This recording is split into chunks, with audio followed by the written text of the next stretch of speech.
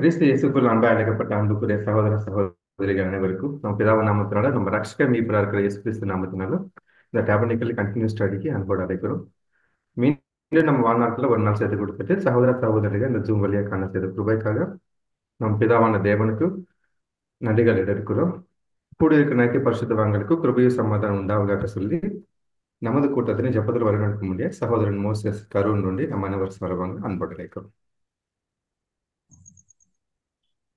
ஜெபம் செய்வோம்.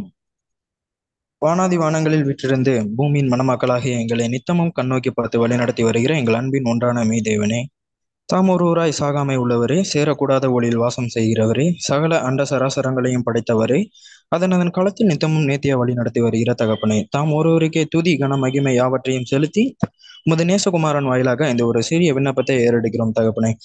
இந்த ஒரு நாளிலும் எங்களுக்கு ஆயுசு நாளை கூட்டி கொடுத்து உமது கிருபையினால் எங்களை பாதுகாத்து வழி நடத்தி வருகிற உமது தேவருக்காக நன்றி செலுத்துகிறோம் தகப்பனே. அது மட்டுமல்லாமல் இந்த ஒரு நாளிலும் விசேஷமாக இந்த ஒரு மாலை நேரத்தில் எங்களை சகோதர சகோதரிகளாக ஒன்று கூட்டி உம்முடைய வேத வார்த்தைகளை தியானித்து உம்முடைய பரிசுத்த நாமத்தை தொழுது கொள்ளும்படியாக கிருபை பாராட்டின தேவருக்காக கூட நன்றி செலுத்துகிறோம் தகப்பனே.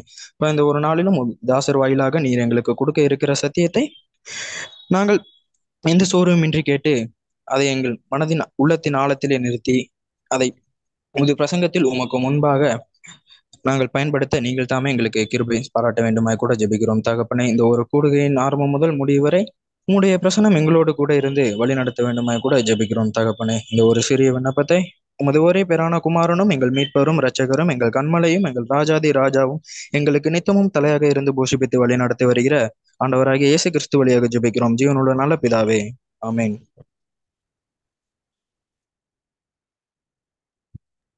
Thank you brother. ஸோ அன்புக்குரிய சகோதர சகோதரிகளை நம்ம தொடர்ந்து பார்த்துட்டு வர இந்த ஆசாரப்பு நிழல் கண்டினியூஸ் கிளாஸஸ்ல இன்னைக்கு கடந்த வாரம் நம்ம ஏஃபோத் பத்தி நம்ம தியானிச்சிட்டோம். இன்னைக்கு நம்ம பார்க்க போறது பிரஸ்ட் பிளேட். இந்த ஏஃபோதுக்கு மேல போட்டுக்கிற ஒரு பிரஸ்ட் பிளேட் பத்தி நம்ம தியானிக்க போறோம். ஸோ அது தூத்துக்குடிக்கு முடிய நம்ம மதில இருந்த நம்ம அன்பு சகோதரன் கார்த்திகேயன் கோயம்புத்தூர் நம்ம அனைவர் சார்பாங்க அன்போடு அழைக்கிறோம்.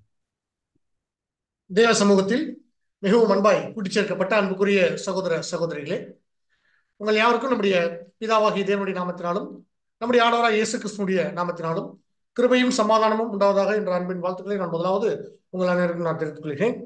தேவனுடைய ஒரு பெரிதான கிருபையினாலே நாம் தொடர்ந்து ஒவ்வொரு வாரமும் புதன்கிழமை தோறும் இந்த ஒரு இணையதளத்தின் வாயிலாக நாம் அனைவரும் இணைந்து ஆசரிப்பு கூடாரத்தினுடைய ஆவிக்குரிய விளக்கங்கள் எல்லாம் நாம் தியானித்துக் வருகிறோம். அந்த அடிப்படையில் கூட நாம கடந்த சில வாரங்களாக நம்ம ஆசாரியனுடைய வஸ்திரம், மகிமையான வஸ்திரம், அந்த வஸ்திரங்கள் இருக்கக்கூடிய ஒவ்வொரு காரியங்களையும் நாம தியானித்துக் கொண்டு வருகிறோம்.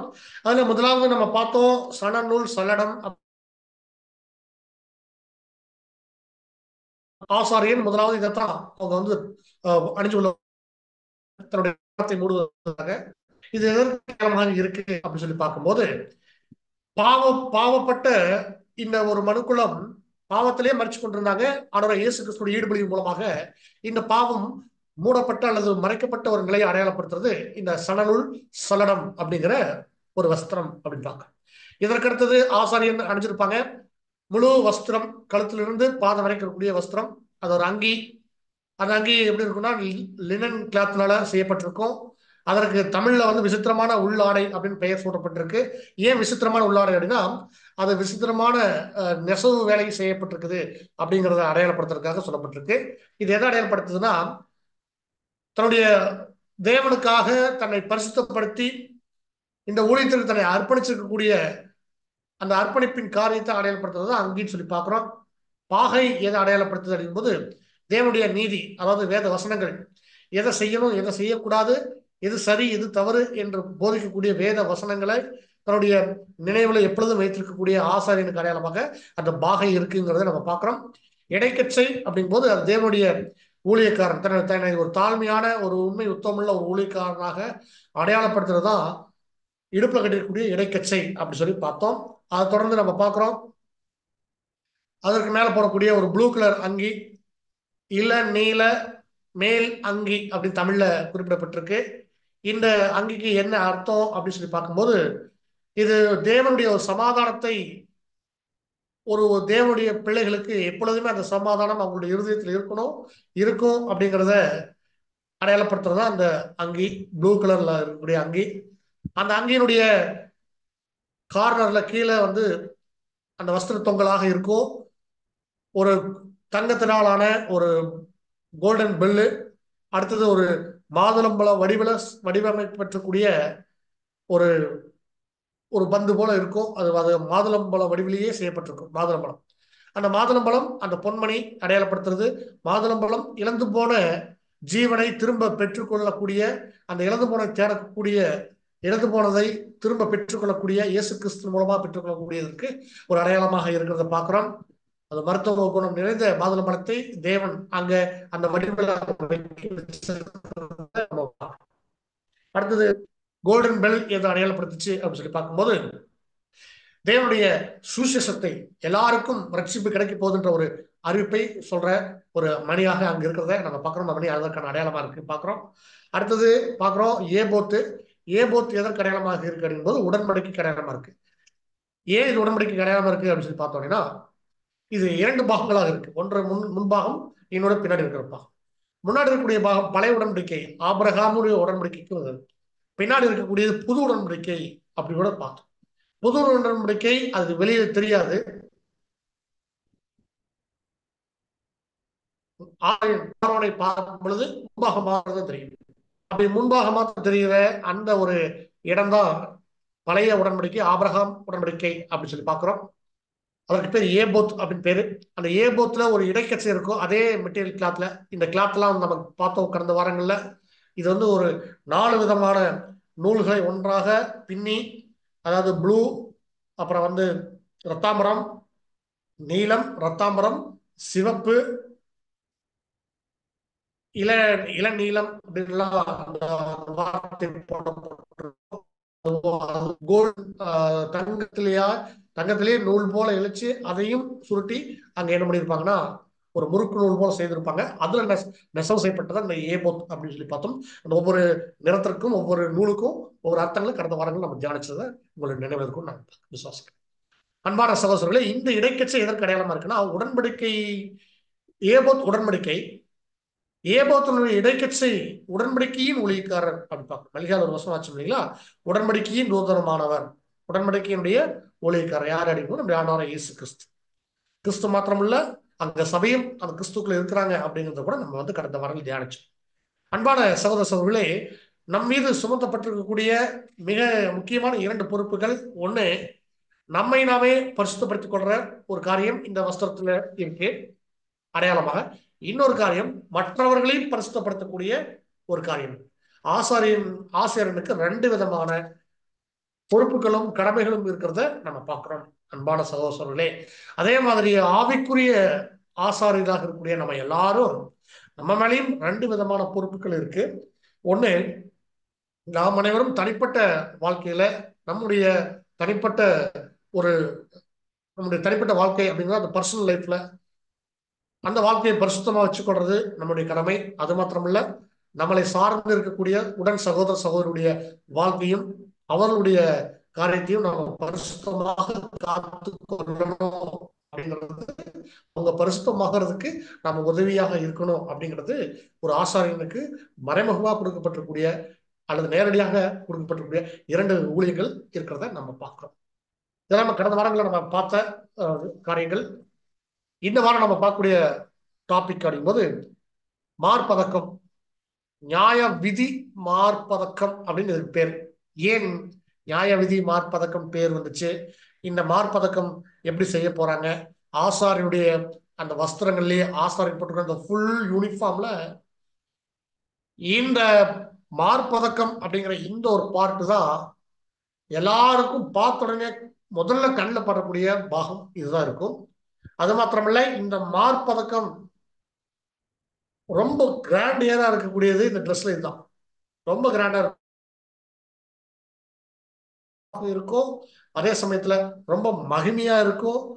அதை விட ரொம்ப முக்கியமானா, இது விலையுயர்ந்த ஒரு சில பொருட்களை கொண்டு உண்டாக்கப்படுறதா இந்த மார்பதக்கம். இந்த மார்பதக்கத்தை ஆசாரியன் தன்னுடைய அந்த ஃபுல் யூனிஃபார்ம் எப்பெல்லாம் போடுறாங்களோ அப்ப இது கம்பல்சரி போட்டிருக்கணும். இதுல அநேக ஆவிக்குரிய அர்த்தங்கள் இருக்கிறத நம்ம இன்னைக்கு தியானிக்க இருக்கிறோம். இல்ல ஒரு சில வசனங்கள் நம்ம வாசிக்கணும். மார்பதக்கத்துக்கு அநேக வசனங்கள் கொடுக்கப்பட்டிருக்குது. ஏறக்குறைய ஒரு 13-14 வசனங்கள் குறிப்பிடப்பட்டிருக்குது. இன்னைக்கு எல்லாத்தையும் நம்ம வாசிக்கணும். வாசிச்சா தான் நமக்கு அந்த காரியங்கள் நமக்கு புரியும். ரொம்ப எளிமையாகவும் நம்ம படிக்கும் பொழுதே புரிஞ்சு கொள்ளலாம். இல்லைனாலும் நான் சில வீடியோ கிளிப்பிங்ஸ் இருக்கு, பிக்சர்ஸ் வச்சு கூட நம்ம எக்ஸ்பிளைன் பண்ணலாம். முதல்ல நம்ம சகோதரி வாசிக்கும் போது நீங்க எல்லாரும் உன்னிப்பாக அதை கவனிச்சிருங்க. பின்னாடி நம்ம அது ஒரு எக்ஸ்பிளேஷனுக்குள்ள போகும்போது ஒரு ஞான அர்த்தத்துக்குள்ள நம்ம பார்க்கும் பொழுது நமக்கு ரொம்ப எளிமையா புரியறதுக்கான வாய்ப்பு இருக்கும். ஓகேங்களா? இப்ப நம்ம இது இது இது நியாய விதி மார்பதக்கம் எப்படி செய்தாங்க, தேவன் எப்படி செய்ய சொல்லியிருக்காங்க அப்படின்றத வேத வசனங்கள்ல வாசிக்கலாம். யாத்ராகமம் 28ஆம் அதிகாரம் 15வது வசனம் முதல் வாசிக்கும்படி கேட்டுக்கொள்கிறேன். யாத்ராகமம் 28ஆம் அதிகாரம் வசனம் 15 முதல். நியாய விதி மார்பதக்கத்தையும் விசித்திர வேலையாய் செய்வாயாக. அதை ஏபோத்து வேலைக்கு ஒப்பாக பொன்னினாலும் இளநீல நூலாலும் இரத்தாம்பர நூலாலும் சிவப்பு நூலாலும் திரித்த மெல்லிய பஞ்சு நூலாலும் செய்வாயாக. அது சதுரமும் இரட்டையும் ஒரு ஜான் நீளமும் ஒரு ஜான் அகலமுமாய் இருக்க வேண்டும். அன்பான சகோதர சகோதரிகளே, இந்த மார்பதக்கம் செய்யக்கூடிய செய்யறதுக்கான முதல் ரா மெட்டீரியலா ஏபோத்து செஞ்ச அதே ட்ரெஸ்ல இதை செய்யணும் அப்படின்னு சொல்லப்பட்டிருக்கு. பாருங்க, ஏபோத்து நீங்க ஆசாருடைய ட்ரெஸ்ஸை முதல்ல பார்க்கும் பொழுது இது ஏபோத்துல ஒரு பாகமாக நமக்கு தெரியும். ஆனா ஏபோத்து வேற, மார்பதக்கம் வேற. ஏபோத் போலவே இருக்கிறதுனால இது ஏபோத்தும் மார்பதக்கமும் ஒன்றை ஒன்று சார்ந்தது, ஒன்றோடு ஒன்று இணைக்கப்பட்டிருக்கிறது. எந்த மாற்றுக்கல. ஆனா மார்பதக்கம் வேற, அதனுடைய அர்த்தங்கள் வேற, ஏபோத்துடைய ஆவிக்குரிய அர்த்தங்கள் வேற. இப்போ மார்பதக்கம் ஆனா ஏபோத்தை சார்ந்து இருக்கிறதுனால ஏபோத்தினுடைய அதே துணி, ஏபோத் செஞ்சதுக்கான அதே துணியை வச்சு இப்போ செய்யறாங்க. தேவன் எப்படி செய்ய சொல்றாங்க அப்படின்னா, ஒரு முழ அகலம் இருக்கணும். ஒரு முழத்துக்கு சாரி ஒரு ஜான் அப்படின்னா இதான் ஒரு ஜான் அப்படி சொல்லுவாங்க. ஒரு ஜான் அகலம் இருக்கும். 2 ஜான்ல நீளம் இருக்கணும். 1:2 1:2 அப்படிங்கிற ஒரு மெஷர்மெண்ட்ல இந்த மெட்டீரியல் செய்யறாங்க. ஒரு முழம் அகலம் சாரி ஒரு ஜான் அகலம், ஒரு ஜான் அப்படின்னா ஒரு கையளவு, ஒரு கை அளவு. ஓகேங்களா? 2 ஜான் நீளம் செஞ்சுட்டு அதை அப்படியே 2ஆ மடிச்சிருவாங்க. இப்ப நீங்க பிக்சர்ல பார்த்துருக்கீங்களா? இந்த மாதிரி 2ஆ மடிச்சிருவாங்க. அப்ப எப்படி இருக்கும்னா ஒரு ஜான் அகலம், ஒரு ஜான் நீளம். எனக்கு முழம்னே வருது, முழம் பேசி. இப்ப ஜான் வச்சுக்கோங்க. ஒரு ஜான் அகலம், ஒரு ஜான் நீளம் அப்படிங்கிற ஒரு சதுர வடிவுக்கு வந்துடும். காரணம் என்னன்னா 2 முழம் இருக்கிறத அப்படியே ரெட்டையா மடிக்கும் போது உங்களுக்கு என்ன ஆயிடும் அப்படின்னா இது சதுர வடிவ வந்துடும். சரிங்களா? ஓகே. இப்போ இந்த இந்த துணியை நெசவு செய்து அந்த துணியை நெஞ்சு என்ன பண்றாங்க அப்படின்னா இது இந்த அளவுல வச்சு கரெக்டா 2ஆ மடிச்சு இப்போ வைக்கிறாங்க. 2ஆ மடிச்சு இப்போ வச்சிருவாங்க. வச்சதுக்கு அப்புறம் இதுக்கு மேல இப்போ ஸ்டோன் ஒர்க் பண்ணணும். அந்த ஸ்டோன் ஒர்க் எப்படி பண்றாங்க அப்படிங்கும்போது இப்போ அதை வேத வசனங்களை வாசிக்கலாம். வாசிங்க சகோதரி. 17 வசனம். யாத்ராகமம் 28ஆம் அதிகாரம் வசனம் 17 முதல். அதிலே 4 பத்தி இரத்தின கற்களை நிறைய பதிப்பாயாக. முதலாம் பத்தி பத்மராகமும் புஷ்பராகமும் மாணிக்கமும், 2ஆம் பத்தி மரகதமும் இந்திரநீலமும் வச்சிரமும், 3ஆம் பத்தி கெம்பும் வைடூரியமும் சுகந்தி எஸ்பியுமாம் இருப்பதாக. இவைகள் அந்தந்த பத்தியில் பொன்னினாலே பதித்திருக்க வேண்டும். ஓகே. இப்போ என்ன ஒரு விஷயம் சொல்லப்பட்டிருக்கு அப்படின்னா இந்த ஒரு ஜான் நீளம், ஒரு ஜான் அகலம் சதுர வடிவுல அந்த துணி எடுக்கப்பட்டாச்சுங்களா? அந்த துணியில இப்போ 4 பத்தினா 4 வரி, 4 வரியில என்ன பண்ணணும்னா ஒரு சில ரத்தன கற்களை பதிக்கணும். எப்படி துணியில பதியும் அப்படின்னா அதுக்கு என்ன பண்றாங்கன்னா ஒரு சின்னதா ஒரு போஸ்ட் ஹவுஸ் சைஸ்ல என்ன பண்றாங்க அப்படின்னா ஒரு பாக்ஸ் அளவுக்கு தங்கத்துல ஒரு பாக்ஸ் மாதிரி செய்வாங்க. அந்த பாக்ஸ்குள்ள இந்த கற்களை பதிக்கிறாங்க. அப்படித்தான் என்ன பண்ணிருக்குன்னா இங்க சொல்லப்பட்டிருக்கு. அந்த தங்கம் அந்த கற்களை தாங்கி பிடிச்சிருக்கும். இப்போ சில பேர் பார்த்துருப்பாங்க, மோதிரத்துல என்ன பண்ணுவாங்கன்னா சில கற்களை பதிக்கணும்னா இருக்கும் மேல கேட்பாங்க இல்லையா, அந்த ஒரு கான்செப்ட்ல என்ன இருக்கும் அப்படின்னா இது இருக்கும். அது எப்படி இருக்கும்? 4 பத்திகளாக, தமிழ்ல பத்தின்னு இருக்கு, ஆக்சுவலா ரோ, இங்கிலீஷ்ல ரோ, 4 ரோஸ் இருக்கும். அது எப்படிங்கிறது நான் உங்களுக்கு இன்னைக்கு ஸ்கிரீன்ல காட்டுற மாதிரி. அதாவது முதல் பத்தியில பத்மராகம், புஷ்பராகம், மாணிக்கம், இதெல்லாம் ஒவ்வொன்றும் ஒவ்வொரு வகையான கற்கள். அதாவது விலையேற பெற்ற கற்கள். விலையேற பெற்ற கற்கள் அப்படின்னு சொன்னா அந்த வார்த்தை உங்களுக்கு நல்லா புரியும் நினைக்கிறேன். ரொம்ப ரொம்ப ரொம்ப விலை ஜாஸ்தி. அதாவது இதெல்லாம் கிடைக்கிறதுக்கு ரொம்ப அரிய வகை கற்கள். இந்த கற்களை கொண்டுதான் வந்து இதை செய்யணும் அப்படின்னு இருக்காங்க. அப்போ எல்லாமே ஒரு சம அளவுல எடுத்துருப்பாங்க கல்லை. அந்த கல்லை வந்து பதிச்சு நிக்கிறதுக்கு ஒரு தங்கத்துல ஒரு சின்ன ஒரு டப்பா மாதிரி செஞ்சு, அது பாக்ஸ் மாதிரி செஞ்சு அதுல வந்து உள்ள ஃபிக்ஸ் பண்ணி வச்சிருப்பாங்க. சரிங்களா? ஒரு சாக்கெட் மாதிரி அதை பிடிச்சிக்கும், கரெக்டா இருக்கும். இப்போ ரோ 1 அதுல என்ன இருக்கும்? பத்மராகம், புஷ்பராகம், மாணிக்கம். இந்த இந்த இது வந்து முதல் வரி, முதல் ரோல இருக்கு. முதல் பத்தி அப்படின்னு தமிழ்ல சொல்லு. 2வது பத்தி மரகதம், இந்திர நீலம், வஜ்ரம். வஜ்ரம்னா வைரம், நம்ம ஊர்ல சொல்ற மாதிரி அது வைரம். அடுத்தது 3வது கெம்பு, வைடூரியம், சுகந்தி. 4வது படிகப்பச்சை, கோமேதகம், எஸ்பி. எஸ்பினா இங்கிலீஷ்ல ஜாஸ்பர் அப்படிங்கிற ஒரு. இப்ப இது எல்லாமே வந்து ஒவ்வொரு வகையான ஒவ்வொரு ஒரு விலையுயர்ந்த கற்கள்.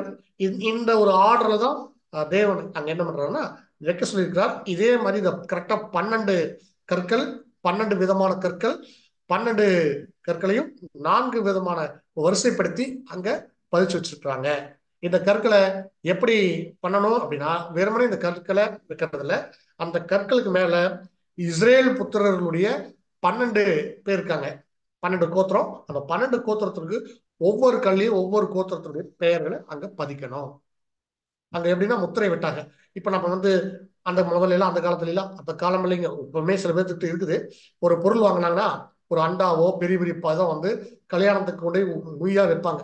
அப்ப அது என்ன பண்ணுவாங்கன்னா பேர் அடிப்பாங்க. எப்படி பேர் அடிப்பாங்க அப்படின்னா, அன்பளிப்பு, கார்த்திகேயன். அண்டா விட அந்த பேர் பெருசா இருக்கு, அந்த அளவுக்கு என்ன பண்ணுவாங்கன்னா பெருசா வந்து அடிச்சு கொண்டு வைப்பாங்க. இந்த மாதிரி மெத்தட் எல்லாம் எங்கிருந்து பழக்கப்பட்டிருக்குது, எங்கிருந்து வந்திருக்கு அப்படின்னா இந்த கற்கள்ல பேர் அடிக்கிறது, இதெல்லாம் வந்து ஒவ்வொரு முறைகளும் இங்கிருந்து வந்திருக்கிறத நம்ம புரிஞ்சு கொள்ளலாம்.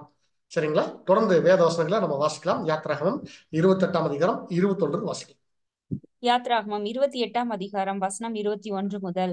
இந்த கற்கள் இஸ்ரவேல் புத்திரருடைய நாமங்களின்படியே 12 அவர்களுடைய நாமங்கள் அவைகளில் வெட்டப்பட்டவைகளுமாய் இருக்க வேண்டும். 12 கோத்திரங்களில் ஒவ்வொன்றினுடைய நாமம் ஒவ்வொன்றிலே முத்திரை வெட்டி இருக்க வேண்டும். மார்பதக்கத்திற்கு அதன் பக்கங்களிலே பின்னல் வேலையான பசும் பொன் சங்கிலிகளையும் பண்ணி. அதாவதுங்க இந்த 4 வரிகளையும் அந்த கற்கள் பதிச்சதுக்கு அப்புறம் அடுத்தது என்ன செய்யறாங்க அப்படின்னு சொல்லி பார்க்கும்போது, இந்த மார்பதக்கம் தாங்கி நிக்கிறதுக்கு மேல வந்து ஒரு செயின். அந்த செயின் எங்கிருந்து வரணும் அப்படின்னா இங்க ஷோல்டர் பிளேட் 2 இருக்கு இந்த இடத்துல. அங்கிருந்து ஜாயின் பண்ணி அந்த ஷோல்டர் பிளேட் எங்க வைக்கப்பட்டுச்சு அப்படின்னு சொல்லும்போது நமக்கு தெரியணும், அது ஏபோத்துல மேல இருக்கும் அப்படின்னு ஒரு கருத்து இருக்குது. அந்த ஏபோத்தினுடைய மேல டாப்ல இருந்து அந்த ஷோல்டர்ல இருந்து எங்க வரும் அப்படின்னா கீழே மார்பதக்கமாக அங்க தொங்கி வரும். அதுக்கு ஜாயின் பண்றதுக்கு ஒரு செயின் இருக்கும். அந்த செயின் வந்து தங்கத்துல இருக்கும்.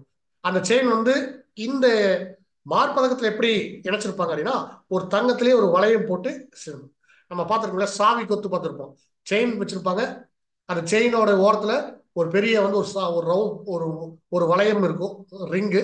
அதுலதான் வந்து கீ எல்லாம் போட்டுச்சு, கீ செயின். அதே மாதிரிதான் இங்க இருக்கும் பாருங்க, நீங்க பிக்சரை பார்க்கணும். இப்போ இந்த டாப் எண்ட்ல இங்க ஒரு எண்ட்ல வந்து தங்க செயின் இருக்கு, அது ரெட்டையா மடிச்சு ஒரு வளையம் போடப்பட்டிருக்குது. அதே மாதிரி இங்கேயும் ஒரு வளையம் போடப்பட்டிருக்குது, செயின் 2ஆ மடிச்சிருக்கு, முறுக்கு செயின் போல இருக்கு. இங்கேயும் ஒரு வளையம் இருக்கு. இது எல்லாமே தங்கத்தால் ஆனது. கீழே பாத்தீங்க அப்படின்னா இங்க ஒரு வளையம், இங்க ஒரு வளையம் இந்த காரணம்ல. ஆனா இங்க வந்து செயின் கொடுக்கப்படல. இங்க என்ன போட்டிருக்கு அப்படின்னா ப்ளூ கலர்ல நாடா போடப்பட்டிருக்கு. ப்ளூ கலர் நாடானா அதை நம்ம ஏற்கனவே பார்த்தோம்ல, ஒரு அங்கி, ப்ளூ கலர் அங்கி, அதே சேம் மெட்டீரியல்ல இங்க வந்து 2 நாடா கொடுக்கப்பட்டிருக்கு. இந்த நாடா வந்து இது கீழே கட்டுறதுக்கு. சரிங்களா? தொடர்ந்து வசனம் வாசிக்கலாம் சகோதரி. 23, 24, 25. வசனம் 23 முதல். அந்த மார்க் பதக்கத்திற்கு 2 பொன் வளையங்களையும் பண்ணி அந்த 2 வளையங்களையும் மார்பதக்கத்தின் 2 பக்கங்களிலே வைத்து பொன்னினால் செய்த அந்த 2 பின்னல் வேலையான சங்கிலிகளையும் மார்பதக்கத்தின் பக்கங்களில் இருக்கிற 2 வளையங்களிலும் மாட்டி அவ்விரண்டு பின்னல் வேலையான சங்கிலிகளின் 2 நுனிகளை ஏபோத்து தோல் துண்டின் மேல் அதன் முன்புறத்தில் இருக்கிற 2 வளையங்களில் மாட்டுவாயாக. தொடர்ந்து வாசிங்க சார். 26, 27. நீ 2 பொன் வளையங்களை பண்ணி அவைகளை ஏபோத்தின் கீழ்ப்புறத்திற்கு எதிரான மார்பதக்கத்தினுடைய மற்ற 2 பக்கங்களிலும் அதனுடைய ஓரத்துக்குள்ளாக வைத்து வேறு 2 பொன் வளையங்களை பண்ணி அவைகளை ஏபோத்தின் முன்புறத்து 2 கீழ்ப்பக்கங்களில் அதன் இணைப்புக்கு எதிராகவும் ஏபோத்தின் விசித்திரமான கச்சைக்கு மேலாகவும் வைத்து வாசிங்க. மார்பதக்கம் ஏபோத்தின் விசித்திரமான கச்சைக்கு மேலாக இருக்கும்படிக்கு அது ஏபோத்திலிருந்து நீங்காத படிக்கும். அதை அதன் வளையங்களால் ஏபோத்து வளையங்களோடே இள நீல நாடாவினால் கட்ட வேண்டும். ஆரோன் பரிசுத்த ஸ்தலத்துக்குள் பிரவேசிக்கும் போது இஸ்ரவேல் புத்திரரின் நாமங்களை தன் இருதயத்தின் மேலிருக்கும் நியாய விதி மார்பதக்கத்திலே கர்த்தருடைய சன்னிதானத்தில் ஞாபகக்குறியாக எப்பொழுதும் தரித்து கொள்ள கடவன். Okay, thank you sister. இப்ப பாருங்க, இப்ப வாசித்த வசனத்துல இருந்து நாம புரிஞ்சு கொள்ளக்கூடிய விஷயங்கள் என்ன அப்படின் போது, இப்போ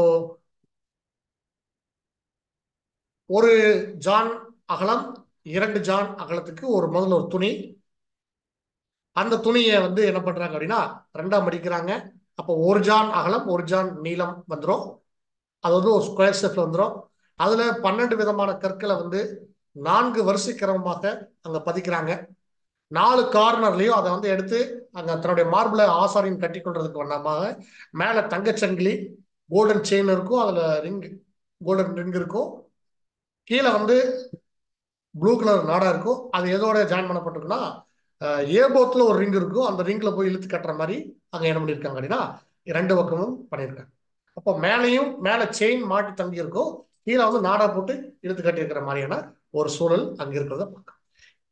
இப்போ இது எப்பொழுதுமே ஆசாரியன் என்ன பண்ணிருக்கணும் அப்படின்னா, தன்னுடைய அவரை பலி செலுத்தும் ஆசரிப்பு கூடாரத்துக்கு உள்ள என்டர் ஆகும் பொழுது விசேஷமா பாவ நிவாரண நாள்லாம் ஆரோன் இந்த ஒரு வஸ்திரத்தை அவர் தன்னுடைய சரீரத்துல எப்பொழுதுமே போட்டிருக்கணும். அவருடைய நெஞ்சுக்கு நெருக்கமாக இந்த மார்பதக்கம் இருக்கணும் அப்படிங்கிறது தான் தேவனுடைய திட்டமாக இருந்துச்சு. தேவன் இதை செய்ய சொல்லியிருந்தார். இப்ப நம்ம படிச்சுட்டோம் வசனங்கள்ல. ஒரு சின்ன ஒரு வீடியோ கிளிப்பிங்ஸ் நம்ம பார்த்தோம் அப்படின்னா கண்டிப்பாக இது நமக்கு புரியறதுக்கான வாய்ப்பு இருக்கு. இது எப்படி இருக்கு அப்படிங்கறத நம்ம பார்க்கலாம். And 2 chains of pure gold at the ends. Of wreathen work shalt thou make them, and fasten the wreathen chains to the ouches. And thou shalt make the breastplate of judgment with cunning work. After the work of the ephod thou shalt make it. Of gold, of blue, and of purple, and of scarlet, and of fine twined linen shalt thou make it. 4 square it shall be, being doubled. A span shall be the length thereof, and a span shall be the breadth thereof. And thou shalt set in it settings of stones, even 4 rows of stones. The first row shall be a sardius, a topaz, and a carbuncle. This shall be the first row. And the second row shall be an emerald, a sapphire, and a diamond. And the third row a ligure, an agate, and an amethyst. And the fourth row a beryl, and an onyx, and a jasper. They shall be set in gold in their enclosings. And the stones shall be with the names of the children of Israel, 12 according to their names, like the engravings of a signet. Every one with his name shall they be according to the 12 tribes. And thou shalt make upon the breastplate chains at the ends of wreathen work of pure gold. And thou shalt make upon the breastplate 2 rings of gold, and shalt put the 2 rings on the 2 ends of the breastplate. And thou shalt put the 2 wreathen chains of gold in the 2 rings which are on the ends of the breastplate. And the other 2 ends of the 2 wreathen chains thou shalt fasten in the 2 ouches, and put them on the shoulder pieces of the ephod before it. And thou shalt make 2 rings of gold, and thou shalt put them upon the 2 ends of the breastplate in the border thereof, which is in the side of the ephod inward. And 2 other rings of gold thou shalt make, and shalt put them on the 2 sides of the ephod underneath, toward the forepart thereof, over against the other coupling thereof, above the curious girdle of the ephod. And they shall bind the breastplate by the rings thereof unto the rings of the ephod with a lace of blue, that it may be above the curious girdle of the ephod, and that the breastplate be not loosed from the ephod. And Aaron அன்புக்குரிய சகோதரர்களே, இப்போ நாம பார்த்த இந்த வீடியோல உங்களுக்கு ஓரளவுக்கு படிச்ச வசனத்தையும் இதையும் மேட்ச் பண்ணி நீங்க பார்க்கும்போது ஓரளவுக்கு மார்பதக்கம் அப்படின்னா இப்படித்தான் இருக்கும் அப்படின்றது உங்களால ஓரளவுக்கு யூகிக்க முடிஞ்சிருக்கும். அன்பான சகோதர சகோதரர்களே, இந்த மார்பதக்கம் இப்படிதான் செய்யணும் அப்படின்னு தேவன் சொல்லியிருந்தாங்க. அதை அப்படி செஞ்சு முடிச்சாச்சு. இப்போ இந்த மார்பதக்கம் ஆசாரியன் தன்னுடைய சரீரத்துல, அதுலயும் குறிப்பா எல்லாரும் பார்க்கும் பொழுது முதலாவது தெரியக்கூடிய அந்த மார்பதக்கம் தன்னுடைய மார்புக்கு மேல கரெக்டா இருக்கும். அதாவது இருதயத்துக்கு அருகாமையில் இருக்கு. அப்போ இதனுடைய ஆவிக்குரிய அர்த்தம் என்னவாக இருக்கு, இதனுடைய அர்த்தம் என்ன அப்படின்னு சொல்லி பார்க்கும்போது சகோதரர் ஒரே வரியில ஸ்ட்ராங்கா குறிப்பிட்டார். இது என்ன அப்படின் போது இது நியாயப்பிரமாணத்திற்கு அடையாளமாக இருக்கு அப்படின்னு சொல்லி. ஏன் நியாயப்பிரமாணத்துக்கு இது அடையாளமாக இருக்கு அப்படின்னு சொல்லி பார்க்கும்போது, அப்போ இதனோட விளக்கத்தை எங்கிருந்து கண்ணி பண்றாங்க அப்படின்னா, போன வாரம் பார்த்த ஏபோத்துல இருந்து ஏபோத்தை புரிஞ்சுக்கிட்டா தான் இதை புரிஞ்சுக்க முடியும். ஏன் ஏபோத்தை புரிஞ்சுக்கிட்டா தான் இதை புரிஞ்சுக்க முடியும் அப்படின்னு சொல்லி பார்க்கும்போது பாருங்க, ஏபோத் போன வாரம் பார்த்த கிளாஸ் நீங்க எல்லாரும் நினைவில் கொண்டு வந்துருங்க. ஏபோத் அப்படிங்கிறது என்ன அப்படின்னா, அது உடன்படிக்கைக்கு அடையாளமாக பார்த்தோம். கிட்டத்தட்ட ஏபோத்துல ஒரு பாகம் மாதிரிதான் இருக்கும் இந்த மார்பதக்கம்.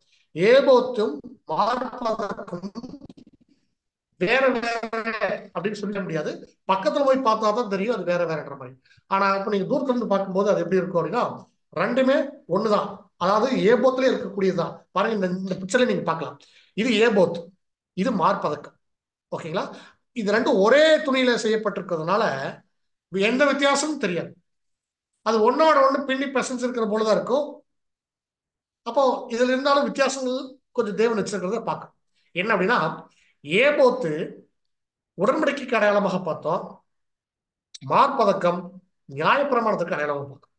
எந்த அடிப்படையில அப்படின்னு சொல்லி பார்க்கும்போது பாருங்க, உடன்படிக்கை அது ஆபிரகாமோடு தேவன் செய்த உடன்படிக்கை.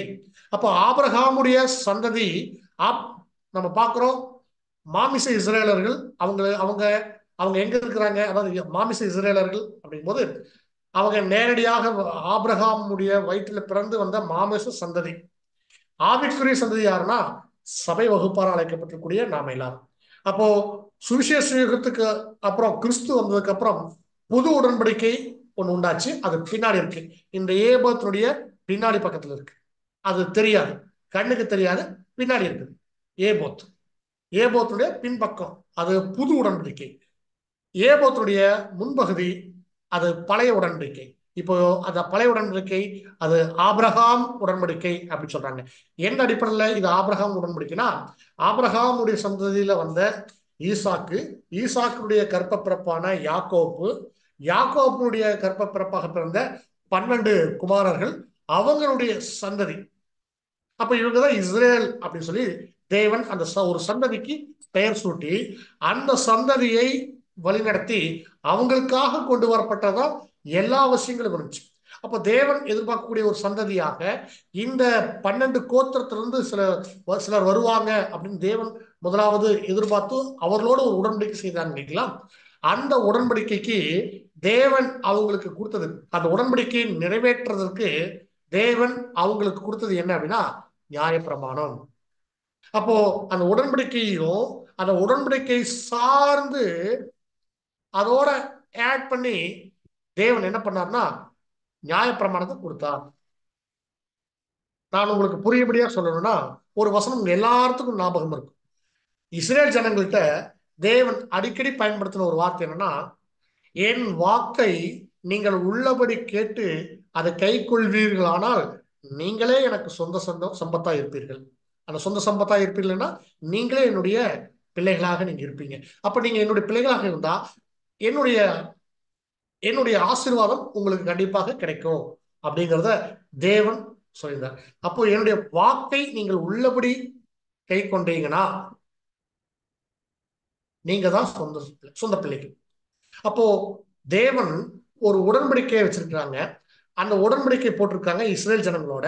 அந்த உடன்படிக்கைக்கு கூட ஏட் பண்ற மாதிரி தேவன் அந்த உடன்படிக்கையே அவங்க கை கொண்டு நடக்கிறதுக்கும், அந்த உடன்படிக்கையை மீறாம அவங்க ஒரு கீழ்ப்படிதலோட வாழ்றதுக்கு அவங்களுக்கு தேவையாக இருந்துச்சு நியாயப்பிரமாணம். அப்போ இந்த மார்பதக்கம் அப்படின்னு சொல்லி பார்க்கும்போது அதை எதை அடையாளப்படுத்துதுன்னா, மார்பதக்கம் நியாயப்பிரமாணத்தை அடையாளப்படுத்துது. இஸ்ரேல் ஜனங்களுக்கு தேவன் 613 நியாயப்பிரமாண கட்டளைகளை கொடுத்திருந்தார். எல்லாமே அதுல அந்த சிவில் சட்டம் இருக்கு, கிரைம் சட்டம் இருக்கு, லா அண்ட் ஆர்டர் இருக்குது, எல்லாமே இருக்கு. அதுல மெடிக்கல் மெடிக்கல் ஆக்ட் இருக்குது, மெடிக்கல் ஆக்ட் இருக்குது, சிவில் ஆக்ட் இருக்குது, கிரைம் ஆக்ட், எல்லாம் கம்ப்ளீட்டா எல்லாமே, ஃபேமிலி ஆக்ட் இருக்குது. அதாவது குடும்பத்துக்கு ஏதாவது பிரச்சனையா எப்படி நடந்துக்கணும், ஒரு மனைவி கணவன் எப்படி நடக்கணும், பிள்ளைகள் எப்படி சொத்தை பிரிச்சு கொடுக்கணும், முதல் தரம் இரண்டாம் தரம்னா எப்படி இருக்கணும், இந்த மாதிரி குடும்பம் சம்பந்தப்பட்ட எல்லா நல்லொழுக்கங்களை கற்றுக் கொடுக்கக்கூடிய, அவர் தவறு செய்யும் பொழுது எது சரி எது தவறு, எது தேவன் விரும்புறார் எது தேவன் விரும்பல அப்படின்னு சொல்லி கொடுக்கக்கூடிய சில சட்டத்திட்டங்களை குடும்பத்திற்கு வச்சிருந்தார். அதே மாதிரி நீங்க ஒரு தொழில் பண்றீங்களா, கம்பெனி ஆக்ட்.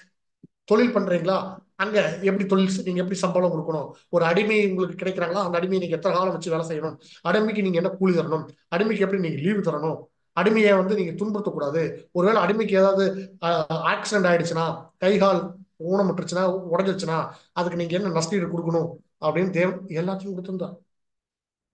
அதே மாதிரியே நீங்க பாருங்க அன்பான சகோதரர்களே, 2 பேர்த்துக்கும் சண்டை, அடிதடி சண்டை சச்சரவு, ஒருத்தர் கொலை செஞ்சுட்டாங்க, இந்த மாதிரியான ஒரு கிரைம் கேஸ் இருக்கா, அதற்கு என்ன பரிகாரம், அதற்கு என்ன பண்ணணும், எப்படிப்பட்ட தண்டனை கொடுக்கணும், அதை இனிமேல் செய்யாம இருக்கிறதுக்கு அவங்க என்ன செய்யணும், ஒருவேளை இவங்க ஒருத்தர் கொலை செஞ்சுட்டாங்கன்னா அந்த குடும்பம் நறுகதியா வீட்டுல நடுரோட்டு நிக்குமே, அந்த வீட்டாருக்கு இவர் என்ன நஷ்டீடு கொடுக்கணும், இந்த மாதிரி எல்லா வகையான சட்ட திட்டங்களும் அடங்கியிருக்கு. அதே மாதிரி உங்களுக்கு உடம்பு சரியில்லையா, உடம்பு சரியில்லைன்னா ஒரு உதாரணத்துக்கு உங்களுக்கு குஷ்டரோகம் வந்துடுச்சா, குஷ்டரோகம் வந்தா நீங்க எப்படி இருக்கணும், உங்களை தனிமைப்படுத்திக்கணும், தனிமைப்படுத்திக் கொள்றதுல என்ன விஷயங்கள் இருக்கு, அது அவங்க எங்க இருக்கணும், பாளையத்துக்கு புறம்பே இருக்கணும், எத்தனை நாள் இருக்கணும், அதை யார் போய் செக் பண்ணுவா, ஆசாரின்னு போகணும், அவங்களுக்கு எங்க இருந்து ஃபுட் வரும், அவங்க எத்தனை நாளுக்கு அப்புறம் திரும்ப ஊருக்குள்ள வரலாம், இப்படி எல்லா வகையான அத்தனை சட்ட திட்டங்களையும் தேவன் இஸ்ரேல் ஜனங்களுக்கு பிரிச்சு பிரிச்சு கொடுத்திருந்தார். இது எல்லாமே சேர்ந்ததுதான் நியாயப்பிரமாணம்.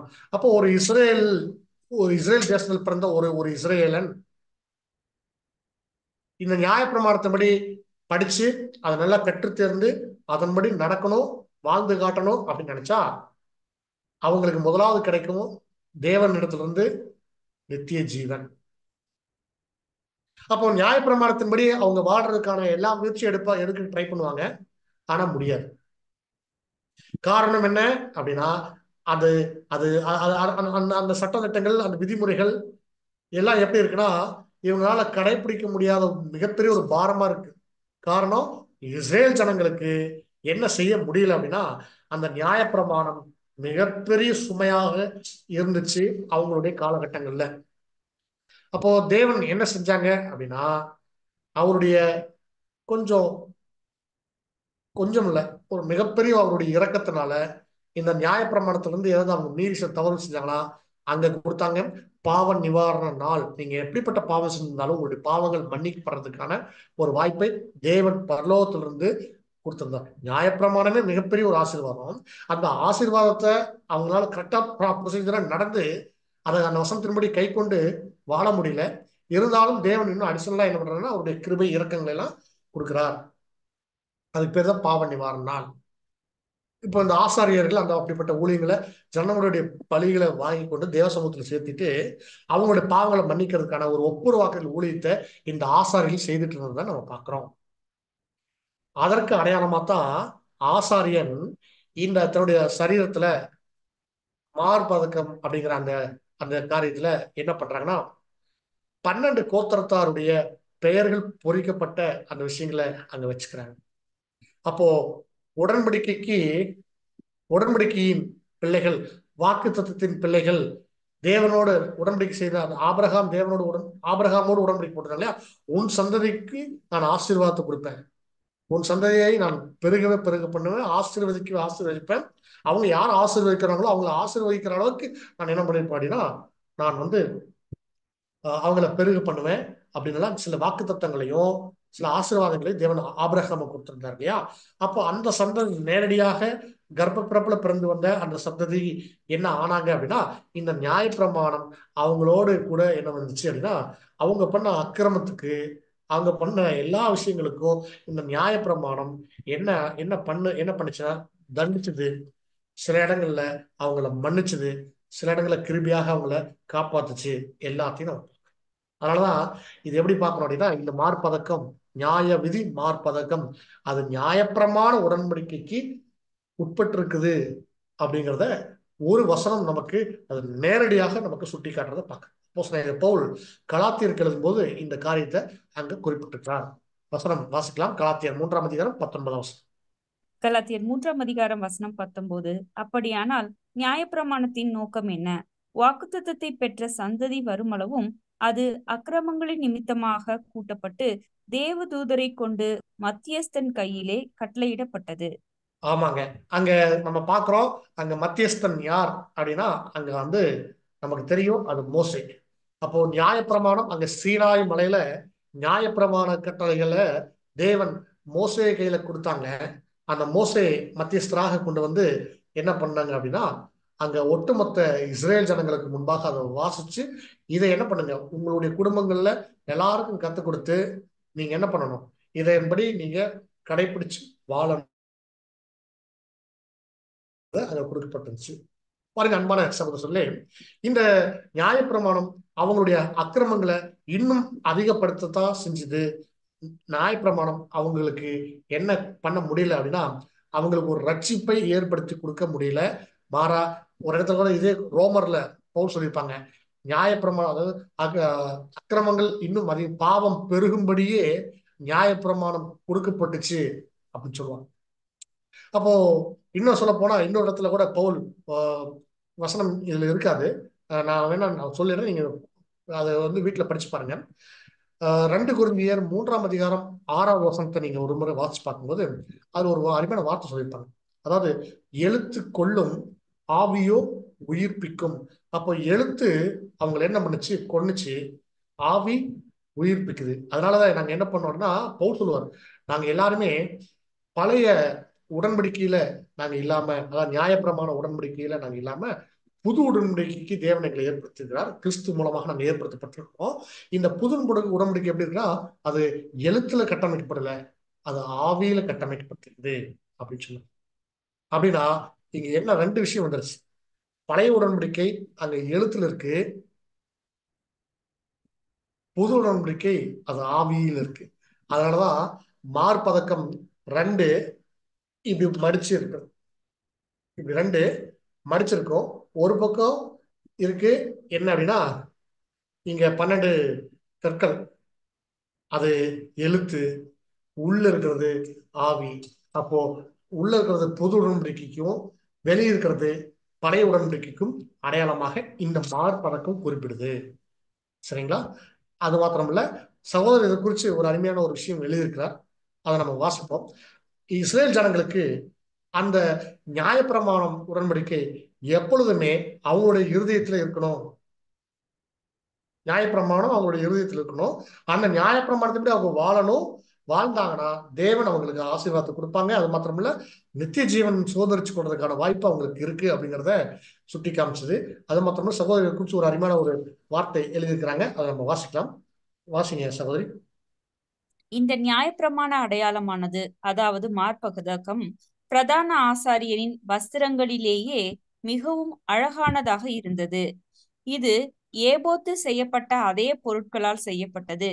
இதில் 12 கோத்திரங்களின் நாமங்கள் பொறிக்கப்பட்டு பொன்னினால் பதிக்கப்பட்ட 12 மதிப்பு மிக்க இரத்தினங்களை பெற்றிருந்தது. இது அவனுக்கு மதிப்பு வாய்ந்தது என்பதை காட்டும் வகையில் பிரதான ஆசாரியனின் நெஞ்சின் மேல் கட்டப்பட்டிருந்தது. நீதியின் மார்க்கவசத்தை போலவும் அபூரணம் அவனுடைய சந்தோஷம் என்பதை கண்டிப்பதைப் போலவும் அவனுடைய இருதயத்தை மூடியிருந்தது. என் தேவனே, உமக்கு பிரியமானதை செய்ய விரும்புகிறேன். உமது நியாயப்பிரமாணம் என் உள்ளத்துக்குள் இருக்கிறது என்று சொன்னேன். 40வது சங்கீதம் வசனம் 8. ஆஹ் சங்கீதம் 40ஆம் அதிகாரம் 8வது வசனத்தை இங்க மேற்கோள் காமிச்சு இங்க சகோதரர் குறிப்பிட்டிருக்கிறார். அதாவது என் தேவனே, உமக்கு பிரியமானதை செய்ய விரும்புகிறேன், உமது நியாயப்பிரமாணம் என் உள்ளத்தில் இருக்கிறது அப்படின்னு அங்க சொல்லி. அப்போ பாருங்க, எப்பவுமே நியாயப்பிரமாணம் அவங்களுடைய இருதயத்தில் இருக்கு. அதான் மார்புக்கு பக்கத்துல அருகாமையில அத மார்பதக்கம் அப்படிங்கிற அந்த 12 கற்கள் பதிச்ச அந்த ஒரு விஷயத்த அங்க கொண்டு தேவன் அங்க வைக்க வச்சுட்டார் அப்படிங்கிறத பார்க்கணும்.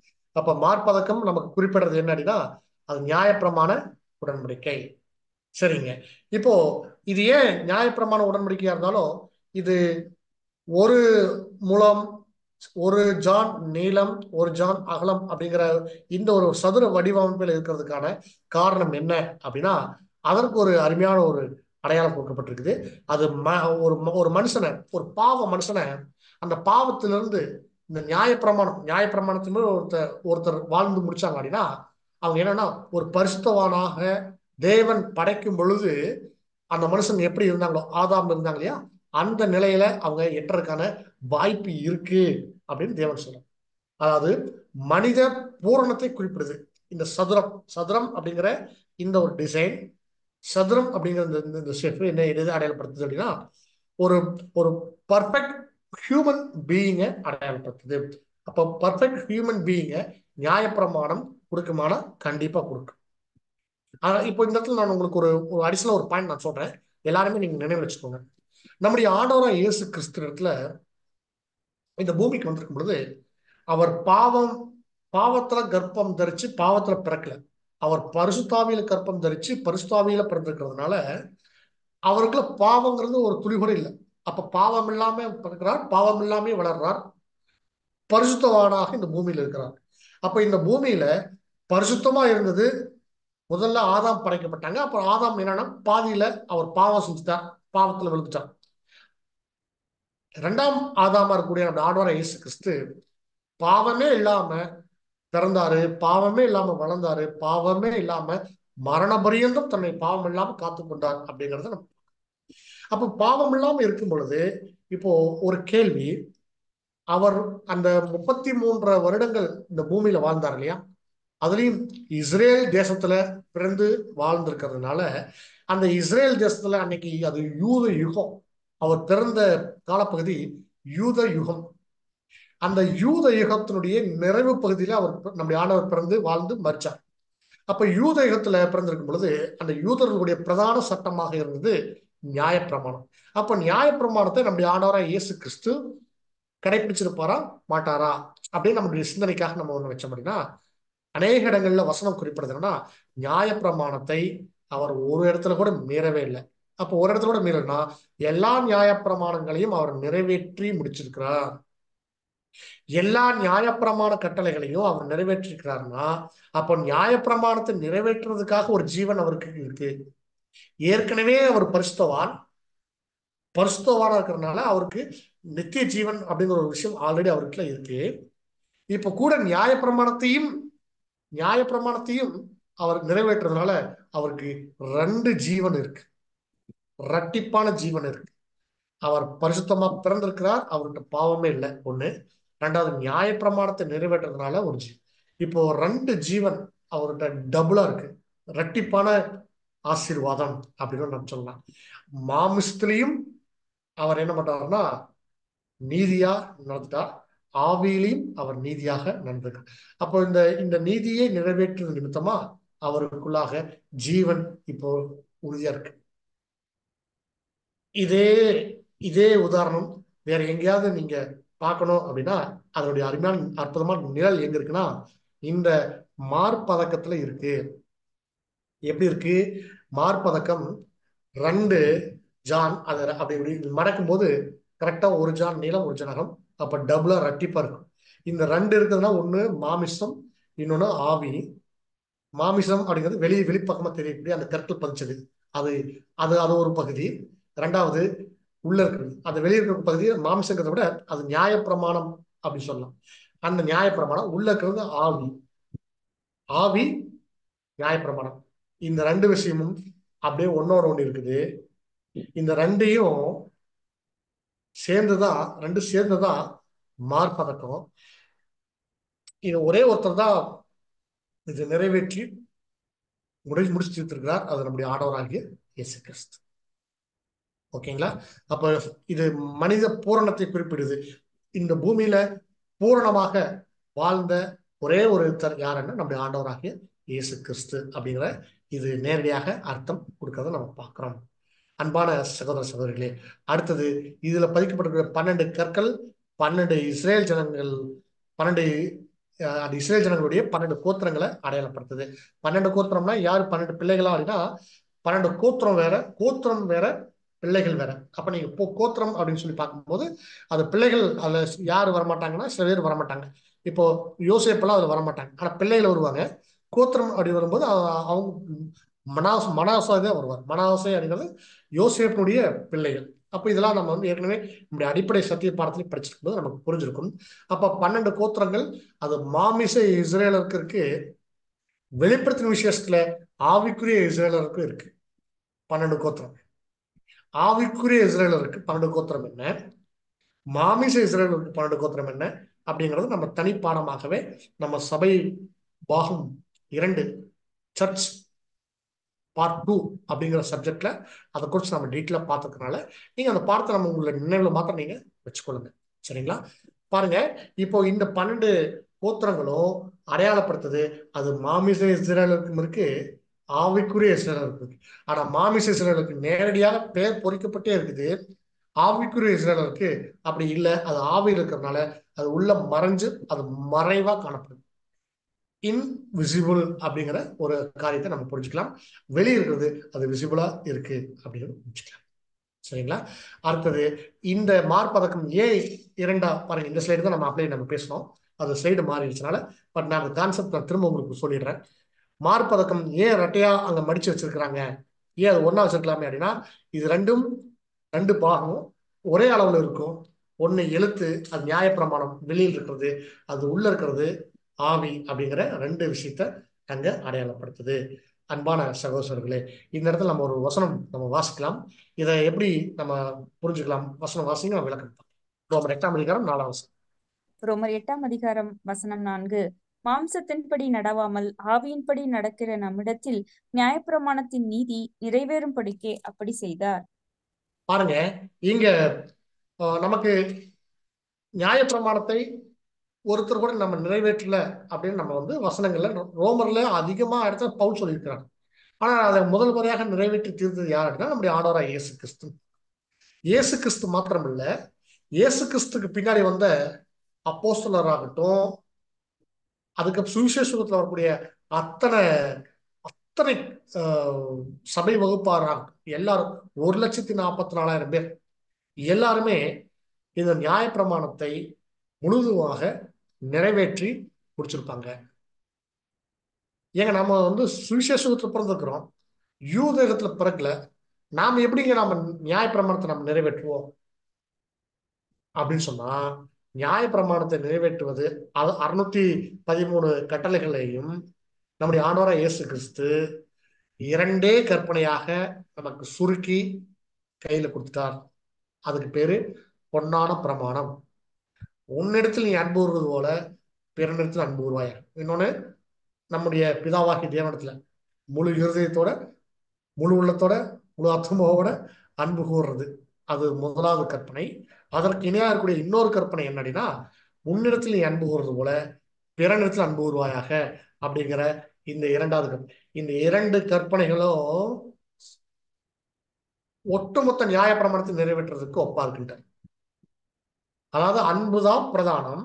அந்த அன்பை நாம இந்த பூமியில கிறிஸ்துக்கு அப்புறம் யார் செய்வாங்கன்னா 1,44,000 பேர் தான் தேவன் எதிர்பார்க்கிற வண்ணமாக அவர் என்ன மாதிரி எப்படி கேட்டிருக்காரோ அதை அப்படியே கொடுத்துருக்கிறது இந்த பூமியில 1,44,000 பேர் செய்திருப்பாங்க அப்படின்னு சொல்லி.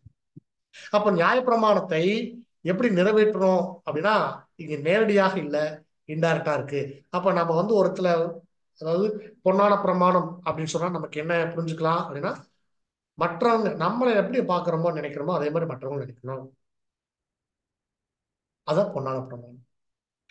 பாருங்க, இன்னொருத்தருக்கு அவங்களுக்கு வலிக்கும், அவங்களும் கஷ்டப்படுவாங்க, அவங்க மனசும் காயப்படும் அப்படின்னு நாம் நினைக்கணும். நமக்கு தேவை, நமக்கு இப்படி இருக்கிறோம், நம்ம இதெல்லாம் விரும்பணும் இல்லையா, அந்த மாதிரி அவங்களும் பாவம் விரும்புவாங்க அப்படின்னு நாம நினைக்கணும். இந்த மாதிரியான மைண்ட் செட் எல்லாம் நம்ம சின்ன சின்ன பிள்ளைகள் இருந்து, நம்ம வீட்டில் ஒருவேளை நம்ம வீட்டில் சின்ன பிள்ளைகள் இருந்தா அவங்களுக்கு இப்போ இருந்தே நம்ம என்ன பண்ணணும், சொல்லி கொடுத்து வளர்த்திடணுமா. இன்னைக்கும் இன்னைக்கும் என்னன்னா, பல வெளிநாடுகள் எல்லாம் இந்த கோல்டன் ரூலை ஸ்கூல் சிலபஸ்லயே வச்சிருக்காங்களாம். இப்ப நம்ம இந்தியா மாதிரியான கண்ட்ரில எல்லாம் கோல்டன் ரூல்ல எங்க இருக்குன்னு தெரியாது. நீங்க பஸ்ல இல்ல ட்ரெயின்ல எல்லாம் நீங்க பக்கத்து சீட்ல உட்காந்துருந்தா கூட நாம தான் அப்படி பயங்கரமா அடக்கடக்கமா உட்காந்துருப்போம். பக்கத்து சீட்ல இருக்கிறவங்களா நம்ம மேல ஏறி மிதிச்சுட்டு போயிட்டே இருப்பாங்க. ஏன் அப்படின்னா அவங்களுக்குலாம் அடுத்தவங்களை பத்தி கவலை இல்லை. இப்படிப்பட்ட ஒரு கோணலும் மாறுபாடான சந்ததி நடுவுல நம்ம குற்றமற்றவர்களும் மாசற்றவர்களுமாக இருக்கணும்னா நமக்கு தேவை தேவன் நமக்கு கற்றுக் கொடுக்கக்கூடிய அந்த பிரமாணங்கள் நம்முடைய சிந்தையில இருக்கும். எந்த விஷயங்கள் செஞ்சாலும், பேச்சுல செயல்ல நம்ம எதை செஞ்சாலும் இது பொன்னான பிரமாணத்துக்கு உட்பட்டு இருக்கா அப்படிங்கிறத நம்ம ஆழ்ந்து சிந்திக்க வேண்டிய கடமை ஒவ்வொருக்கும் இருக்கு. ஒருவேளை அப்படி நம்ம இருந்தோம் அப்படின்னா நாம கண்டிப்பா சபையா இருக்கிற எல்லா வாய்ப்பும் இருக்கு. அதனாலதான் எப்படின்னா, மாமிசத்தின்படி நடவாமல் ஆவியின்படி நடக்கிற நம்மிடத்தில் நியாயப்பிரமாணத்தின் நீதி நிறைவேறும்படிக்கு அப்படி செய்தார். அப்ப நாம செஞ்சிருவோம். அன்னைக்கு இஸ்ரேல் ஜனங்கள்கிட்ட தேவன் நியாயப்பிரமாணத்தை கொடுத்துட்டு அதை செய்யுங்கன்னு சொன்னா அவங்களுக்கு செய்ய முடியல. காரணம், நியாயப்பிரமாணத்துல ஒரு புரிதலும் இல்லை, அது ஒரு ஆழமான அன்பு இருக்குங்கிறத அவங்க புரிஞ்சுக்கல. அவங்க எப்படி இருந்தாங்க, ஒரு தப்பு பண்ணிட்டோமா, அதுக்கு தண்டனை என்ன, ஒரு ஆடு ஒரு மாடு பலி செலுத்தணும். ஓகே, என்கிட்ட ஆடு நிறைய இருக்கு, அப்ப நான் நிறைய தவறு பண்ணலாம், அவ்வளவுதான். இப்படி அவங்க மைண்ட் செட் இப்படி ஆயிடுச்சு. அப்போ நியாயப்பிரமாணத்துக்கு உள்ள ஒரு ஒரு அன்பு தேவன் உள்ள வச்சிருந்தார், அதை அவங்களால புரிஞ்சிக்கவே முடியல. அப்போ இஸ்ரேல் ஜனங்கள்னால அதை ஏன் செய்ய முடியலன்னா, நியாயப்பிரமாணத்துக்கு பரிகாரமாக, நியாயப்பிரமாணத்தை மீறினா பரிகாரமாக பலி செலுத்தலாம் அப்படிங்கிற ஒரு ஒரு அருமையான ஒரு ஒரு தேவனுடைய இரக்கத்துல ஒரு ஒரு கிருபையா அவங்களுக்கு கிடைச்சிச்சு இல்லையா. அந்த கிருபையை அவங்க என்ன பண்ணிட்டாங்கன்னா அவமாக்கி போட்டாங்க. தேவனுடைய இரக்கத்தை சரியா அவங்க புரிஞ்சுக்கல. நமக்கு தேவன் எல்லா விஷயத்தையும் கிறிஸ்து மூலமாக சொல்லி கொடுத்து சொல்லி இந்த நியாயப்பிரமாணம் நம்ம இடத்துல எப்படி நிறைவேறுது அப்படிங்கிறத நாங்க காட்டலாம். அது மாத்திரம் இல்லைங்க அன்பான சகோதரர்களே, நாம் எல்லாருமே கிறிஸ்துவ இருக்கக்கூடிய நம்ம எல்லாருமே இயேசு கிறிஸ்துவை பின்பற்றக்கூடிய ஒவ்வொருத்தரும் இதுதான் நியாயப்பிரமாணம் அப்படின்னு தெரியாமலேயே நாம நியாயப்பிரமாணத்தின்படி நம்ம வாழ்ந்துட்டு இருக்கிறோம். அந்த நியாயப்பிரமாணம் எதுக்குள்ள இருக்கு அப்படின்னா அன்பின் பிரமாணத்துக்குள்ள இருக்கு அப்படிங்கிறத நம்ம புரிஞ்சு கொள்ளலாம். சரிங்களா? அடுத்தது, இந்த கோல்டன் செயின் அப்புறம் அந்த ரிங்கு எதுக்கு அடையாளமா இருக்குன்னா தெய்வீக வழிநடத்தல். பொதுவா தங்கம் அப்படின்னு வந்தாலே அது தெய்வீக தன்மையை அடையாளப்படுத்தும். நம்ம புரிஞ்சு தெய்வீக தன்மையை அடையாளப்படுத்தும். அப்போ தெய்வீக தன்மை அப்படின்னா இந்த மார்பதக்கத்தை மேல இருந்து தாங்கிட்டு இருக்கிறது எது அப்படின்னு சொல்லி பார்க்கும்போது எது அப்படின்னா நம்ம பார்க்கிறோம் அன்பான சகோதரர்களே, அது தேவனுடைய வழிகாட்டுதல். அப்போ தேவன் இதை செய்யுங்க இதை செய்யாதீங்க அப்படின்னு நமக்கு என்ன பண்றோம்னா ஒவ்வொரு நாளும் வழிகாட்டி கொண்டிருக்கிறார். அன்னைக்கு இஸ்ரேல் ஜனங்களுக்கு இந்த விஷயங்கள் எல்லாமே கண்டிப்பா புரிஞ்சிருக்க வாய்ப்பு இல்லை. ஏன் இந்த மார்பதத்தை அணிஞ்சிருந்த ஆரோனுக்கு கூட இதெல்லாம் புரிதல் இருக்குமா தெரியாது. ஆனால் தேவன் அவங்களை வெறும் நிழலா வச்சுட்டு நிஜமாக நிஜ ஆசாரியர்களாக நம்மளை வச்சிருக்கிறார். உங்களை என்ன நம்ம எல்லாரையும் தேவன் இந்த நாள்ல ஒரு அற்புதமான ஒரு ஆசாரியனாக நம்மளை தேர்ந்தெடுத்து வச்சிருக்கிறார். இப்ப நம்ம கருத்துல மார்பதக்கம் இருக்கு, கண்டிப்பாக நீங்களும் ஃபீல் பண்ணலாம், நானும் ஃபீல் பண்ணிட்டு இருக்கேன். அப்ப நம்ம கழுத்துல இருக்கக்கூடிய மார்பதக்கம், அது நம்ம கழுத்துல நம்முடைய நெஞ்சில நம்ம சுமந்துட்டு இருக்கிற மார்பதக்கம் உங்களுக்கு தெரியும் நினைக்கிறேன். மெடல் இன்னைக்கு போலீஸ்ல ஆர்மில எல்லாம் மெடல் குத்துறாங்களே, நேவி மெடல். இந்த கான்செப்டே எங்க இருந்து உருவாச்சுன்னா பாருங்க, இங்க இருந்து உருவானதுதான். ஒரு நல்ல சாதனை செய்தவர்கள், நிறைய படிச்சவங்க, யாருமே செய்ய முடியாத ஒரு வீர தீர செயல்கள் புரிஞ்சவங்களுக்கு மெடல் கொடுப்பாங்க. அப்ப அவங்க எத்தனை மெடல் வாங்கியிருக்கிறாங்களோ அவ்வளவு விஷயங்களும் அவங்க அதுக்கெல்லாம் அந்த அந்த காரியங்களுக்கு அவங்க பொறுப்பாளி ஆகிறாங்க. அதே மாதிரி இங்க ஆரோன் 12 கோத்திரத்திற்கும் அவர் பொறுப்பாளி நிழல்ல. இங்க நிஜத்துல இப்ப நாம எல்லாருமே 12 வகையான குணலட்சணங்களுக்கு நம்ம வந்து ரெஸ்பான்சிபிள். 12 வகையான குணலட்சணங்களை நம்ம தேறினவர்கள் அப்படின்னு காட்டுறதுக்காக 12 வகையான குணலட்சணம் என்ன அப்படின்னா நம்ம வெளிப்படுத்தல நம்ம படிச்சோம். அதனாலதான் அந்த அது தனியாக படிச்சோம்னா அது இன்னொரு பாகம் 2 அப்படிங்கிற மாதிரி போகும். அது முழுக்க முழுக்க 12 வகையான கேரக்டர், 12 குணலட்சணங்கள் சபை வகுப்பாருக்கு தேவன் வைத்திருக்கிறார். வாய்ப்பு இருந்தா நான் அடுத்த வாரம் கூட நான் அந்த 12 குணலட்சணங்கள் என்னன்னு நான் ஒரு லிஸ்ட் மட்டும் காமிச்சிடறேன். சுருக்கமாக மட்டும் பார்த்தோம். நான் இன்னைக்கு அது ஸ்லைட்ல கொண்டு வரல, நேரம் இருக்காதுன்னு நினைச்சிட்டு அதை கட் பண்ணிட்டேன். அப்போ 12 கேரக்டரும் நம்ம மேல சுமத்தப்பட்டிருக்குது. அது எப்பொழுதுமே நம்முடைய நெஞ்சுக்கு நெருக்கமாக நம்ம வைத்திருக்கணும், நம்முடைய இருதயத்தில் இருக்கணும் அப்படிங்கிறது தேவன் சொல்லு. அப்போ இந்த குணலட்சணங்கள்ல யார் ஒருத்தர் தேறி வர்றாங்களோ அவங்கதான் சபை அப்படின்னு தேவன் சொல்றதா, அடையாளமா சொல்றதா இந்த மார்பதக்கம். அது மாத்திரம் இல்லைங்க அன்பான சகோதரர்களே, மேல இருந்து தேவனுடைய வழிகாட்டுதல் எப்பொழுதுமே இருக்கும். செயினா கீழே ப்ளூ கலர் நாடா அப்படின்னா ப்ளூ கலர்ல ஒரு ஒரு நாடா மாதிரி வச்சு கீழே கட்டுறாங்க. அது ஏன் ப்ளூ கலர்? அங்கேயே செயின் கொடுத்துருக்கலாம் அப்படின்னா மேல இருந்து வர்றதுதான் தேவனுடைய வழிகாட்டுதல், மேல இருந்து வரும். இங்க கீழே எதுனா அது நம்முடைய விசுவாசம் உறுதியா கட்டணும். ப்ளூனால விசுவாசம், அந்த ப்ளூ கலர் கிளாத் விசுவாசத்துக்கு அடையாளமாக இருக்கு. சரிங்களா? அப்ப அன்புக்குரிய சகோதரர்களே, நாம் விசுவாசத்துல வேரூன்றி நம்ம இருக்கணும். கீழே மேல இருந்து தேவன் நம்முடைய தாங்கி பிடிச்சு ஒரு தெய்வீக வழிகாட்டுதல் கொடுப்பாங்க அப்படிங்கறத பார்க்கலாம். எதற்கு அப்படின்னா இந்த நீதியின்படி நம்ம நடந்து கொள்றதுக்கு அந்த நீதிக்குள்ள இருக்குது. அந்த நீதியின்படி நம்ம நடந்தோம் அப்படின்னா 12 வகையான குணலட்சணம் நம்ம இடத்துல வெளிப்படும் அப்படின்றத நம்ம புரிஞ்சுக்கலாம். சரி, கடைசியாக நம்ம வந்து சகோதரர் எழுதின எழுத்துக்களை நம்ம வாசிச்சு இந்த நாளுக்குரிய வகுப்பை நம்ம நிறைவு செய்யலாம். சகோதரி வாசிக்க முடியுங்களா? Yes, இப்ப brother. நம்ம பார்த்த ஒரு பசும் பொன் தெய்வீகத்தை குறிப்பதினாலே நியாயப்பிரமாணத்தின் இந்த பகுதி பொற்கொக்கிகளிலிருந்து வரும் பொன் சங்கிலிகளை சார்ந்துள்ளது சார்ந்துள்ளதானது. நியாயப்பிரமாணமானது தெய்வீகத்தினாலே உண்டாயிருக்கிறது என்பதை நிழலாக காட்டுகின்றது.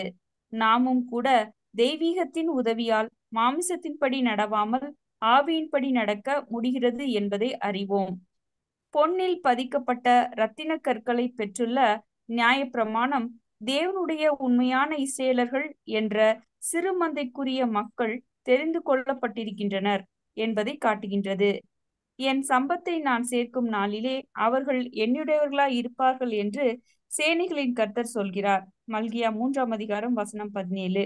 இப்படியாக தேவனுடைய சுபாவத்திற்குள்ளவர்களாக தேவனுடைய வல்லமையினால் நியாயப்பிரமாணத்தின் நீதி நம்மிடத்தில் எவ்வளவு அழகாக நிறைவேறுகிறது. ரோமர் 8ஆம் அதிகாரம் வசனம் 1 மற்றும் 4.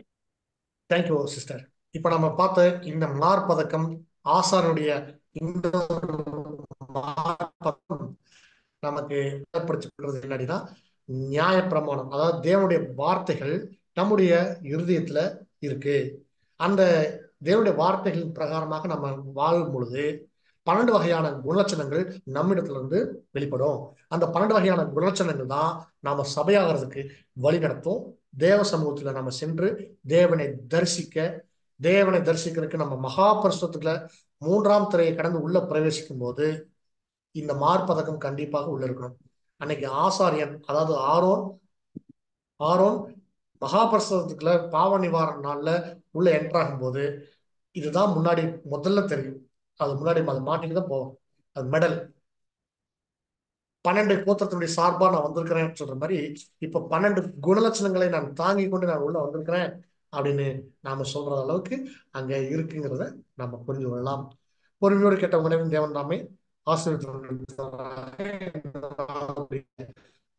தேவசமாதானம் நம்முடைய இருதயங்கள்ல எப்பொழுதுமே இருக்கும் அப்படின்னு ஒரு விசுவாசத்தோடு கூட இந்த நாளுக்குரிய பாடத்தை நம்ம நிறைவு செய்யலாம். அடுத்த வாரம் நம்ம இதனுடைய தொடர்ச்சியை அடுத்த ஒரு பாகத்தை நம்ம பார்க்க இருக்கோம். பொறுமையோடு கேட்ட உடனே தேவன் நாமே ஆசீர்வதிப்பாராக. ஆமென். Thank you brother.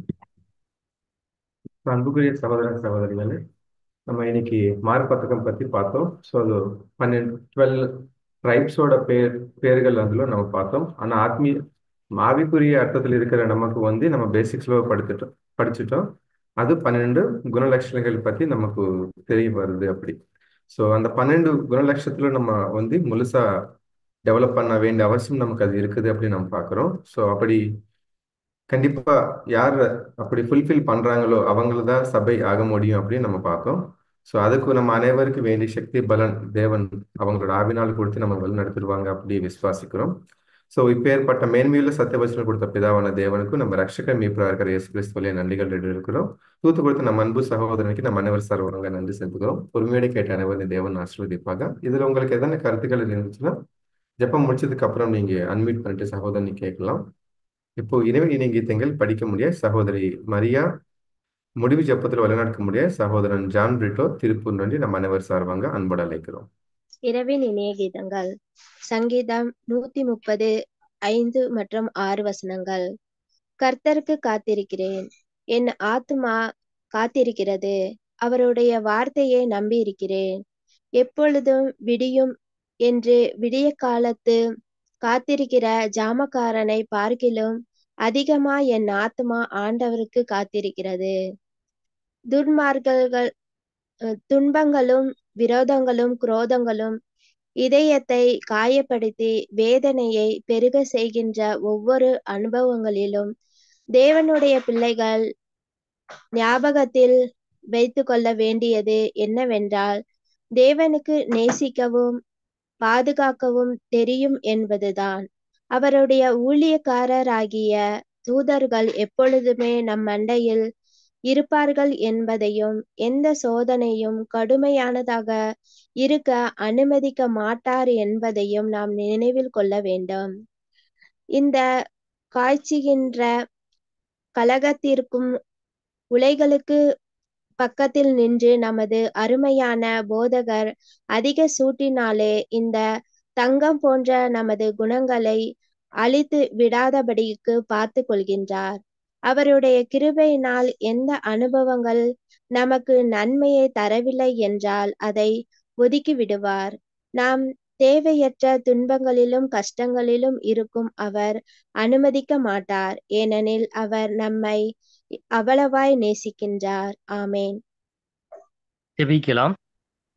துதிய மத்தியில் வாசம் செய்யும் பரிசுத்த நல்ல பிதாவே, இப்படி பரிசுத்த நாமத்திற்கு மகிமையும் கனத்தையும் நாங்கள் செலுத்துகிறோம். தேவரீர், இந்த அருமையான இந்த இரவலில் கூட உடைய வெளியேறப்பட்ட இந்த சத்தியத்தை நாங்கள் ஆராய்ந்து பார்த்து அவைகளை நாங்கள் கற்றுக்கொள்ள என் தேவனே தந்த இந்த கிருபைக்காய் நன்றி என் தகப்பனே.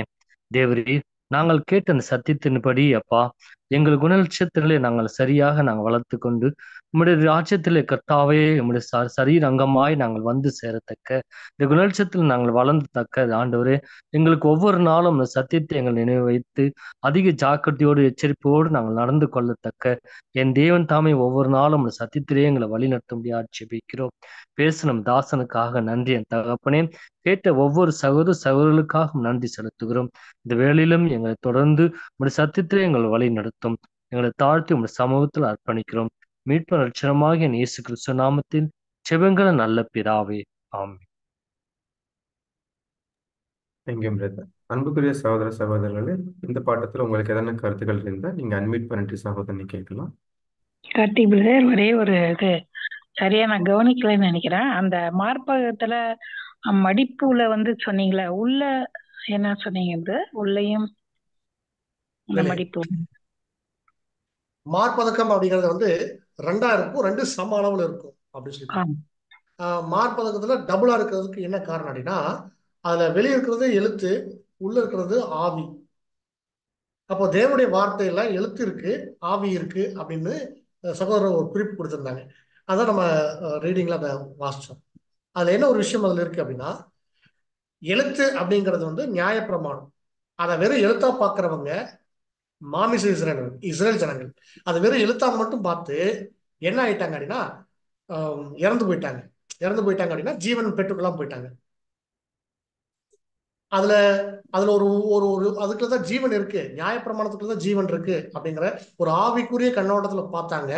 யார் அப்படின்னா சபை வகுப்பார் 1,44,000 பேர். அதனால அவங்க ஜீவன் பெற்றுக்கொண்டாங்க. வேணா அந்த வசனம் கூட வாசிக்கலாம், யாராவது எடுத்தீங்கன்னா வாசிச்சுங்க. 2 கொரிந்தியர் 3ஆம் அதிகாரம் 6வது வசனம். யாராவது வாசிக்க முடியுமா? வாசிக்கணும் brother. பாருங்க. 2 கொரிந்தியர் 3ஆம் அதிகாரம் 6ஆம் வசனம்.